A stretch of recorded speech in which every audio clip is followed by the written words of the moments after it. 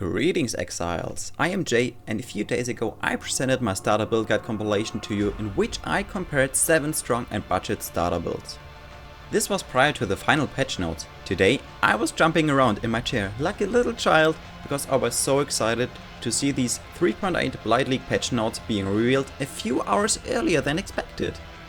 Despite some nerfs and buffs, all my previously presented builds still remain extremely strong as overall starter builds, as well as in their respective specialized use cases. Let's have a look at what changed.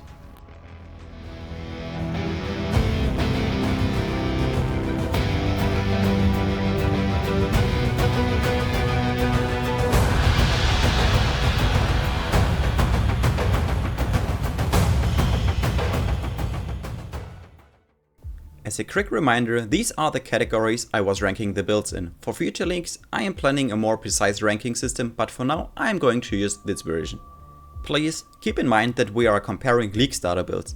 Those are made, as the name suggests, for your league start.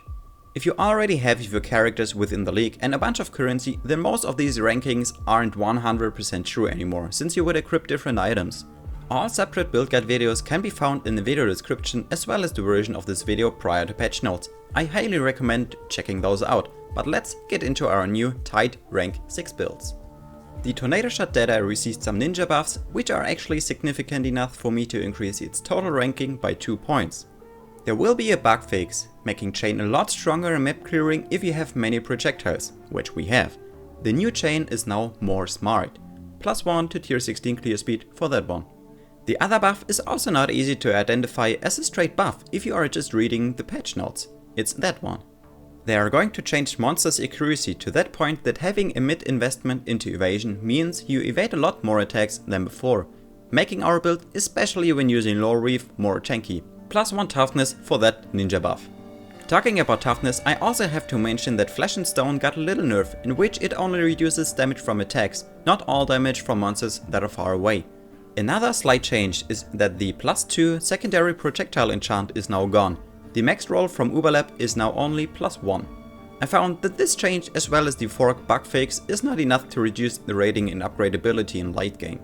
The build still suffers from the same problems. In super high tier content, your single target as well as your toughness, because we are evasion based, is low compared to the other builds I'm going to talk about. Let's move over to our other rank 6 build, the Chaos Damage Over Time Occultist.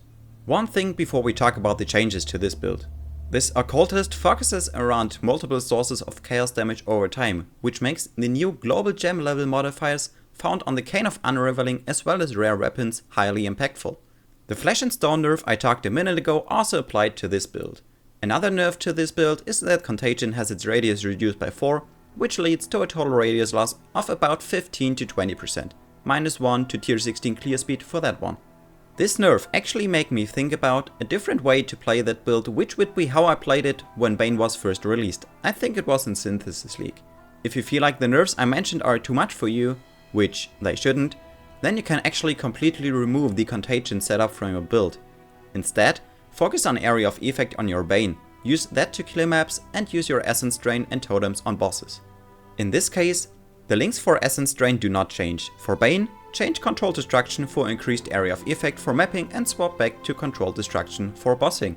This process would free up the previous Contagion falling to maybe include a defensive customer damage taken, a Vaal Blight or Vaal Righteous Fire to pop for bosses, or simply a Golem. The decision is up to you. I suggest playing around with both of these versions a little bit and then change the build according to what you like more. The only change is the fall link I talked about, so that's not a big deal. The new rank 5, previously rank 6 build, is the Cock Ice Nova Assassin. The Ascendancy rework brought us a new short node, Mistwalker. When we crit, we get the so-called elusive buff, which makes us faster and grants us dodge chance. We are always critting, so this buff is at its maximum potential nearly 100% of the time. In addition to an increase to this buff's effect, we also get huge toughness bonus from that single node. In my opinion, this node is a little bit overloaded. So make sure you pick it up as in the new 3rd Ascendancy node. We still take the infusion nodes first and then Opportunistic as our 4th node. Because this build gets a lot more movement speed from Mistwalker and Deadly Infusion than before, I gave it +1 to tier 16 clear speed. Single target remains about the same depending on the boss you fight, but toughness, holy moly. We move faster now, which makes us being able to dodge and react faster. We take reduced damage from everything. We take no extra damage from critical strikes, as well as the 20% chance to dodge hits. In addition to that, the monster accuracy changes also grant us better chance to evade from our evasion. +2 to toughness, maybe even +3. Huge overall boost. Rank 4 is the same as before, the lightning trap Saboteur. The ascendancy got a slight change, where the life regen from traps and their mana cost got nerfed. This shouldn't be a big deal once we pick up Tinkerskin and Eldritch Battery. This build also profits from the before mentioned changes in monster accuracy, but overall, no change to the ranking. Rank 3 is also still the same build, but with more ranking points, the Double Strike Impale Gladiator. We got 2 ninja buffs that are not super clear to everybody if you just quickly read through the patch notes. The first one is the additional melee range from changed passives on the tree. This will make the feel of the build a little bit better, as well as increasing the maximum potential of clear speed. The other change though is a big damage buff when clearing maps and in certain boss fights. The Ancestral Call support gem got the damage penalty at gem level 20 removed. This means about 15% more damage than before. These 2 buffs boosted the overall tier 16 clear speed by +1, which means the build's weakest category got buffed. Good sign for a really smart balancing team at GGG. Now it's time to move over to the new rank 1 builds. We have a tie now on first place. This is due to the fact that there were some changes to support gems and the ascendancy we utilize within the Cyclone Impale Slayer. The overall clear speed got buffed and nerfed at the same time. Pulverize now grants an additive, increased bonus area to effect instead of a more multiplier. This is being compensated with a higher damage multiplier though. That means for narrow maps like Toxic Zoo or a channel or maybe a lair map, the clear speed actually got improved, but for open maps, it got nerfed in late game. Another slight nerf is the change to the Bane of Legends Ascendancy node. We now have a base crit of 7.5 instead of 8%. This results in a damage loss of about 3%, which is no big deal at all. But since we would change this node to Headsman once we have multi-crafted weapons, the upgradability doesn't suffer from this change. Instead, the Pulverize AoE nerf reduces the upgrade options once we reach amounts of around 20 exalteds put into the character. -1 to upgradability because of that. And now the last build, which was ranked number 2 before, is tied with the Slayer. I am talking about the Stormbrand Inquisitor. There are literally no changes to this build in 3.8 Blight. It is still the best all-around build that you could play, and once you figured out how to utilize brands to their full potential, this is the best build you can start the league with. When it comes to the Blight mechanic, I expect Stormbrand to be one of the best skills to use. You can simply place 1 or 2 brands on each lane and thus defending multiple lanes across the whole screen at once without any investment to area of effect like other builds have to do.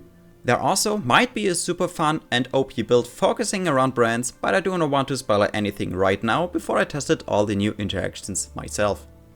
That's it, 7 super strong budget league starter builds. Depending on what you want to do early on into the league or what playstyle you may favor, this compilation got them all.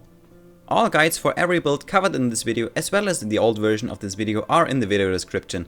I highly recommend you checking those out, since I'm talking about a lot of different important stuff in there. PoBs for all builds will be updated once PoB itself releases the new version for 3.8.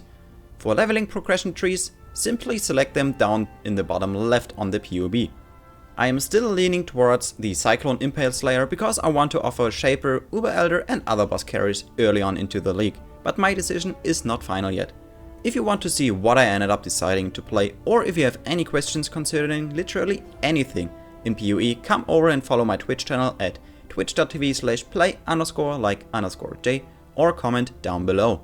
I hope you liked this video. If you do, then please smash that like button, subscribe to my YouTube and do not forget to tell your friends about that young, fresh, enthusiastic content creator. If you dislike this video, however, then please let me know what I could improve on or what you'd like to see changed. I wish you the most exciting Blight League start and a lot of loot. Come say hi on my Twitch. Thank you for watching, thank you for learning with me, I am Jay, and I'm out.